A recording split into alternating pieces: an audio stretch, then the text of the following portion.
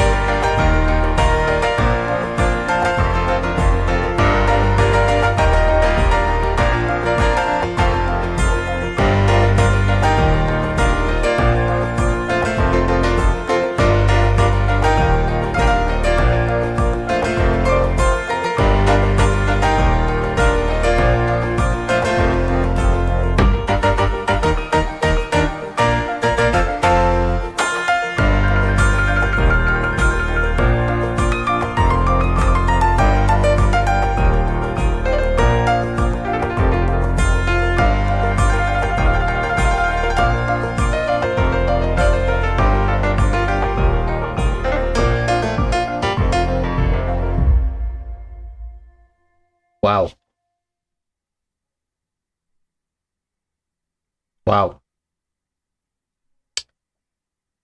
Um, this guy is a genius, and I'll tell you why. Not that I need to tell you. You guys probably already know, but I'll give you my reasoning. First things first, we hit the like. I subscribe, and I'll have a link of the original video down in the description below.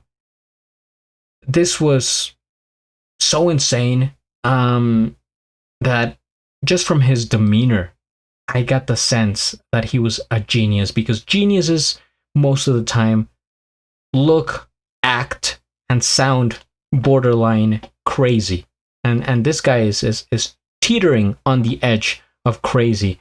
I mean, just that shirt alone, nobody normal is gonna wear that shirt. You have to be a genius, and his movements, he's so it's almost like spasms, but it's just like so much energy, and like the music within him cannot be contained, so he has to like, move like that. And it's visually, it's very like it keeps you watching, it keeps you entertained.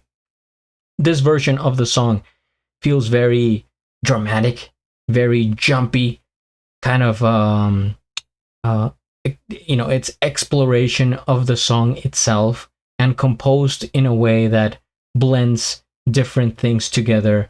You could see him tapping on the piano, like screeching on the whatever chords those were, just like playing around with experimenting with the instrument physically to produce different sounds, not just the keys, right? He's up there with the keys. But oh, and I have to correct myself before I get crushed in the comments that I said this is the first singer from Hungary that I've seen, but it's the first composer and musician, because he does not sing. Maybe he never sings, I'm not sure.